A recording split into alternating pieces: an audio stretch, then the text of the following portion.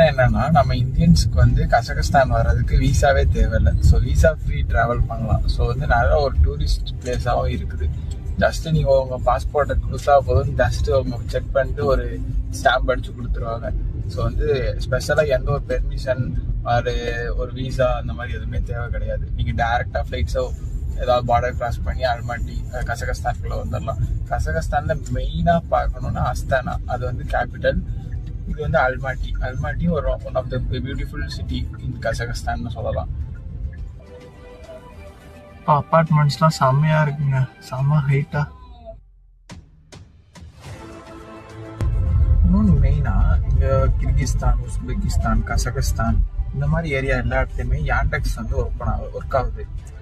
அது எப்படி எல்லா இடத்துலையும் ஒரே மாதிரி மெயின்டைன் பண்ணுறாங்கன்னு தெரியல. யாண்டெக்ஸில் வந்து நம்ம டாக்ஸி புக் பண்ணலாம், ஃபுட் ஆர்டர் பண்ணலாம், அது ஏதாவது திங்ஸை ஷிஃப்ட் பண்ணலாம், கொரியர் அனுப்பலாம், எல்லாமே யூஸ் பண்ணலாம். ஸோ ஒரு ஆப் இருந்தால் எத்தனை கண்ட்ரிக்குள்ளே நம்மளால் சர்வை பண்ண முடியும்னு பார்த்துக்கோங்க.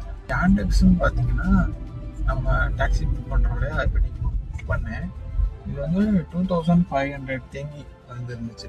2500 கசகஸ்தான் தேங்கினா நம்ம இந்தியன் ருபீஸ்க்கு அப்ராக்சிமேட்டாக ஒரு 300 கிட்ட வருது. ஸோ குவைட் எக்ஸ்பென்சிவாக தான் இருக்குது. பட் வந்து இந்த மாதிரி இப்போ நம்ம டைரெக்டாக டாக்ஸி ஒருத்தவங்கள்ட்ட பேசி புக் பண்ணோம்னா அவங்க வந்து 500 கிட்ட 600 வரைக்கும் கூட சார்ஜ் பண்ணுவாங்க. ஸோ இந்த மாதிரி ஆப் இருக்கிறனால நம்ம ஈஸியாக கொஞ்சம் அஃபோர்டபுளாக நம்ம வந்து எல்லா இடத்துக்கும் மூவ் பண்ண முடியும்.